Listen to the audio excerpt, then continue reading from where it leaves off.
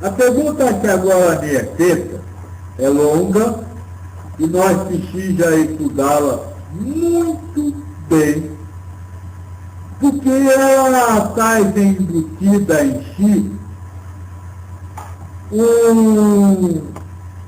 um aspecto do sofrimento de vocês. Causar sofrimento a outro. Vocês sofrem por quem causa sofrimento a outro. Sofrem quando vocês causam sofrimento a outro. Por isso, entender o sofrimento do outro é muito importante para quem busca o poder da felicidade. Nós vamos conversar sobre isso. Nós já falamos um pouquinho quando nós conversamos sobre a posse que as mães e pais querem ter e falou da vitimização. Nós vamos falar sobre isso.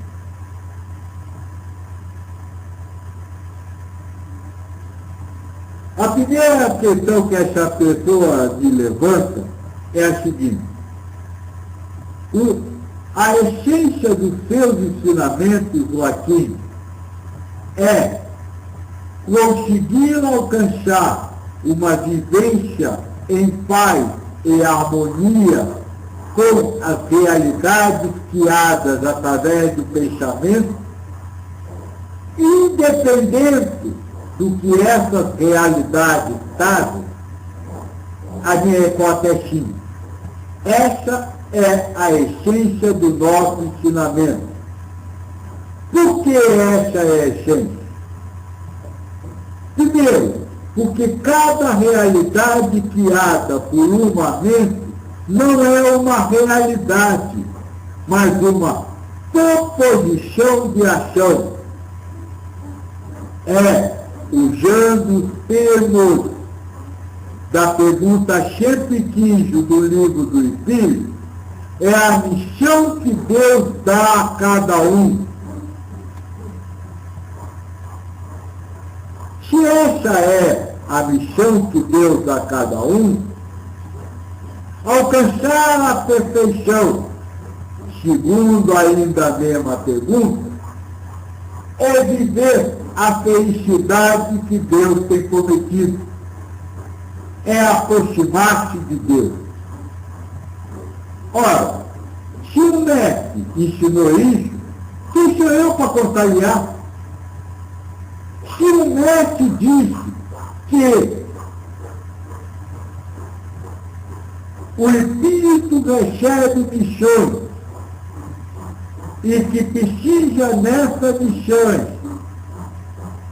alcançar um estado de paz, harmonia e felicidade com as coisas deste mundo, quem sou eu para dizer que a elevação espiritual é qualquer outra coisa? Eu estaria negando esse mestre. Desculpa, isso eu não faço. Vocês fazem. Vocês colocam outros objetivos para a vida humana. Mas vocês estão humanizados. Vocês não têm noção da realidade universal. Então, por isso, também não são culpados por viverem da forma que vivem. Agora, me desculpa, eu não posso orientar vocês a continuar assim, porque Cristo ensinou que quem vive para servir a humanidade não serve para Deus. A partir dessa minha resposta, a pessoa que me faz a pergunta coloca uma situação específica. Imagina um médico que seja diretor de um hospital e que ao invés de comprar o dinheiro que vai trazer a cura, ou seja, ao invés de usar o dinheiro para comprar o remédio que sirva de cura para os doentes, usa o dinheiro em benefício seu, gasta comprando coisas para ele. É essa situação que a pessoa me coloca. E aí ele diz, se aplicarmos o seu ensinamento, e se esse ser humanizado conseguir conviver com isso, em paz, harmonia, felicidade, ou seja, sem se tocar com o sofrimento que está causando ao outro, ele terá conseguido a evolução espiritual, ele terá conseguido aproximar-se de Deus.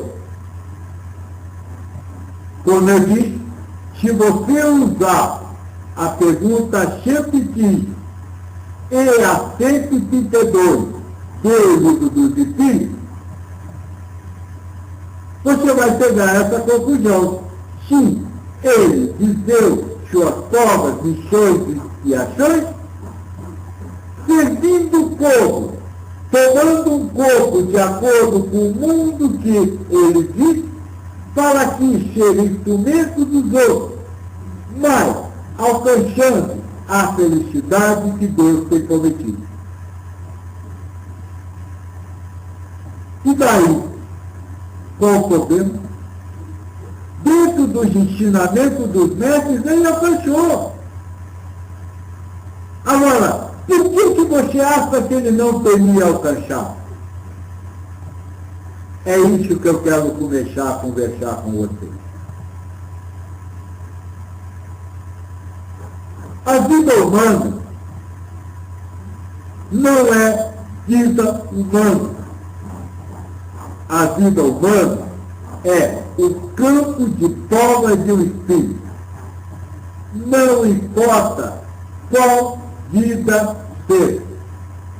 Desde a pessoa mais santa que vocês conhecem, até o mais desgastado dos bandidos, aquela existência não vale pelas coisas que acontecem. Mas trata-se apenas de elementos, missões, que Deus dá a cada um para que ele possa, durante aquela missão, alcançar a felicidade e aproximar-se de Deus. Sendo assim, não importa que ato aconteça, que ação aconteça, ela é uma prova e não um ato de vida humana. O fato, digo antes de falar isso, esse acontecimento nunca é solitário. Ele sempre tem repercussões. E sobre isso eu quero falar um pouco. É o que o Buda ensina, a interdependência das coisas. A ação de uma pessoa, seja ela feita em qualquer nível, público ou privado, ela sempre vai causar repercussões, ou seja, sempre vai atingir a outra. Essa interdependência, esse fato de uma ação sempre se relacionar com ações, essa ação de uma pessoa sempre se relacionar com ações para outra, é um instrumento de Deus para as provações. Seria muito estranho se Deus desse a você uma prova, independente da prova de outro. Deixa a cada um uma prova separada da outra. Nunca haveria condição de vocês conseguirem fazer suas provas. Então, Deus une diversas provas de diversos espíritos numa só ação. Um torna-se protagonista, um ou mais, de uma ação, e essa ação execute, influencia sobre o outro, e essa influência faz com que todos os envolvidos estejam, cada um vivendo a sua forma. Então, o fato do médico roubar dinheiro é prova dele. Mas o fato do ato do médico roubar dinheiro, não levar, não ter, causar, não ter remédio para a cura dos outros, é prova dos outros.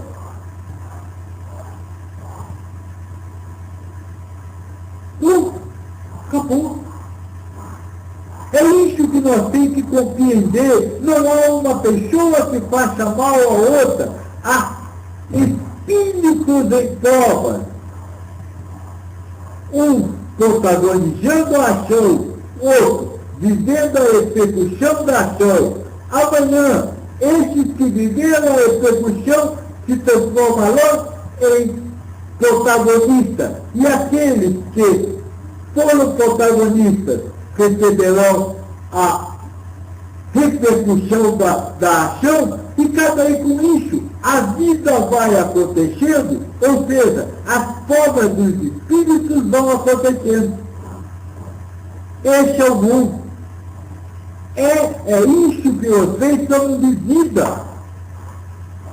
Se nós leva em consideração o espiritualismo, ou seja, a ideia de existir em si algo além da própria carne. Agora, com relação à execução, tem mais um detalhe. Nós falamos do médico que roubou, nós falamos do doente que ficou sem remédio. Mas muitas vezes, esse fato ele tem uma execução maior, ou seja, ele influencia a existência de outro. É o caso,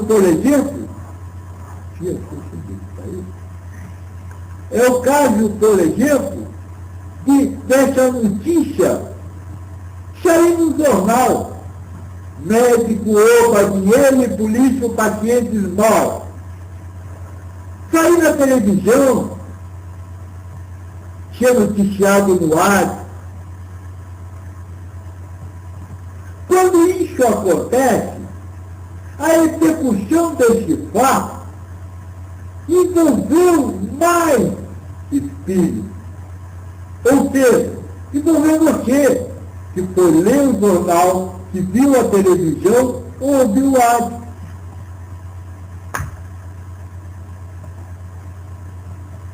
Isso alcançou você, que passou a ser uma realidade da sua vida humana, você está em prova também. Então a repercussão, ela não pode ser medida só pelos diretamente atingidos pela ação de protagonista, mas por todos aqueles que, de uma forma ou de outra, têm ciência das coisas que aconteceram. Então, eu acho que ficou bem claro. A ação do médico é a sua forma. A ação de quem ficou sem o remédio é a prova dele. E a ação de você ter ciência dessa notícia é a sua forma. A partir do momento que identificamos, então, todas as coisas como provações, qual é a resposta que você tem que dar a ela? Nós já disse, viver em paz, harmonia e felicidade incondicional, que nós chamamos até de apatia, com aquilo que está acontecendo. Não importa se você é o protagonista, não importa se você é o atingido diretamente, ou se você apenas teve notícia. Só há uma forma de reagir para aquele que quer aproximar-se de Deus e viver a felicidade. Amar. Amar a tudo e a tudo. Então esse é o primeiro detalhe. E está aí o que está acontecendo. E está aí como cada um deve viver. Se quer se aproximar de Deus. Mas não é assim que vocês, que dizem que querem, se aproximam. Por quê? Por que vocês se doem com o fato do bolso levar dinheiro e com o fato dos doentes não ter o seu remédio? Amor, altruísmo, compaixão, desculpa. Isso são coisas que a mente não conhece. A mente humana trabalha a partir do eu e em favor do eu. Então ela jamais vai ter amor pelo outro. Ela jamais vai ser altruísta. Jamais vai ter compaixão realmente. O que existe? O que eu não ganhei? O que existe? Se eu aceitar isso como normal, outros médicos vão roubar e pode ser eu o doente, eu não vou receber o remédio.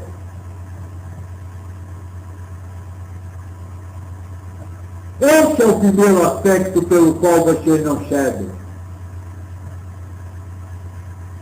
A mente humana não consegue ver a vida a partir dos valores espirituais, porque ela quer ganhar nessa vida.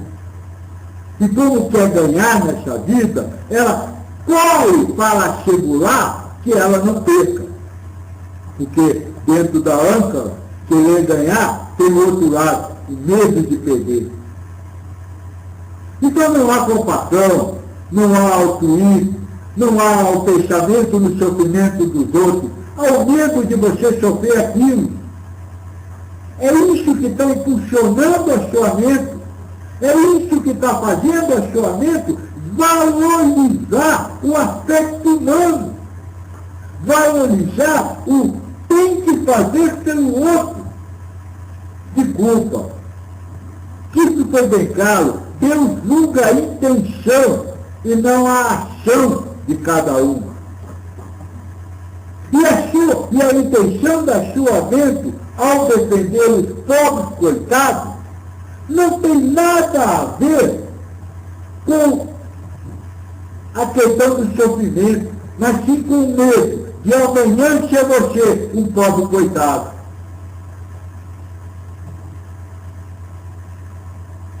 Isso é que você precisa compreender para poder entender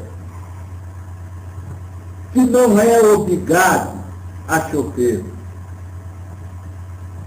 Isso é o que você precisa entender para poder aprender a contatar os acontecimentos sem deixar que o sofrimento acabe com a sua paz e a sua harmonia. Eu lembro que me fizeram uma pergunta quando teve o terremoto aqui, né? Não é isso, Pia? Fala de lei. Isso, fala alto para sair. E disseram, como eu posso não chover, vendo tanta gente morta embaixo dos escombros? Eu disse, sabendo que não é você que está lá.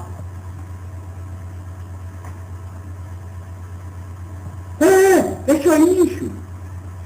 Graças a Deus não fui eu, tá certo? As pessoas sofreram, as pessoas morreram, vou ajudar no que eu puder, vou fazer o que eu quiser. Agora adianta ficar chovendo, porque elas morreram. Lembra que quando nós falou da onda gigante que matou um monte de gente na praia? Eu disse, sabe qual é o problema? O problema é que vocês estão olhando os corpos nossos. Vocês não estão olhando o espírito. E não estão vendo que com esse sofrimento, vocês estão levando o sofrimento a quem morreu. Essa sua pena daqueles que não têm o remédio causa sofrimento àqueles que não estão recebendo o remédio. E com isso, você ajuda eles a não passar pelas suas provas.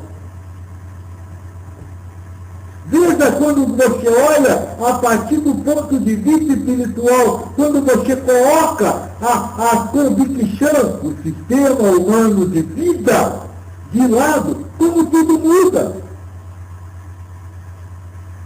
Se esse médico conseguisse roubar em paz e harmonia, ou seja, sem se vangloriar, ele estaria bem. Agora, se aqueles que passaram pela ausência do remédio acusassem, criticassem, de ofendessem o médico, esses não passariam bem. É essa questão que eu sempre digo. Nós vemos a vida de cima para baixo e vocês veem esse limiar. Vocês não veem, não trabalham com provas, com karma. Vocês trabalham com vida humana, com aspectos humanos da vida. Por isso, a nossa visão é completamente diferente. Só tem um último detalhe que eu quero destacar para aqueles que têm o poder, querem ter o poder da felicidade. Você me pergunta, se depois desse moço, esse médico, passasse a ter remorso pelo que fez, ele teria não passado na prova? Sim, teria não passado na prova. Porque o remorso também é criado pela mente e criado em cima de valores humanos. E quando ele tivesse esse remorso, teria se afastado de Deus. Então ele não teria. Esse é, em resumo, o que eu poderia lhe falar. Como eu disse, a pergunta é longa, mas foi muito interessante, porque pôde nos dar a oportunidade de abordar diversos aspectos. Graças a Deus.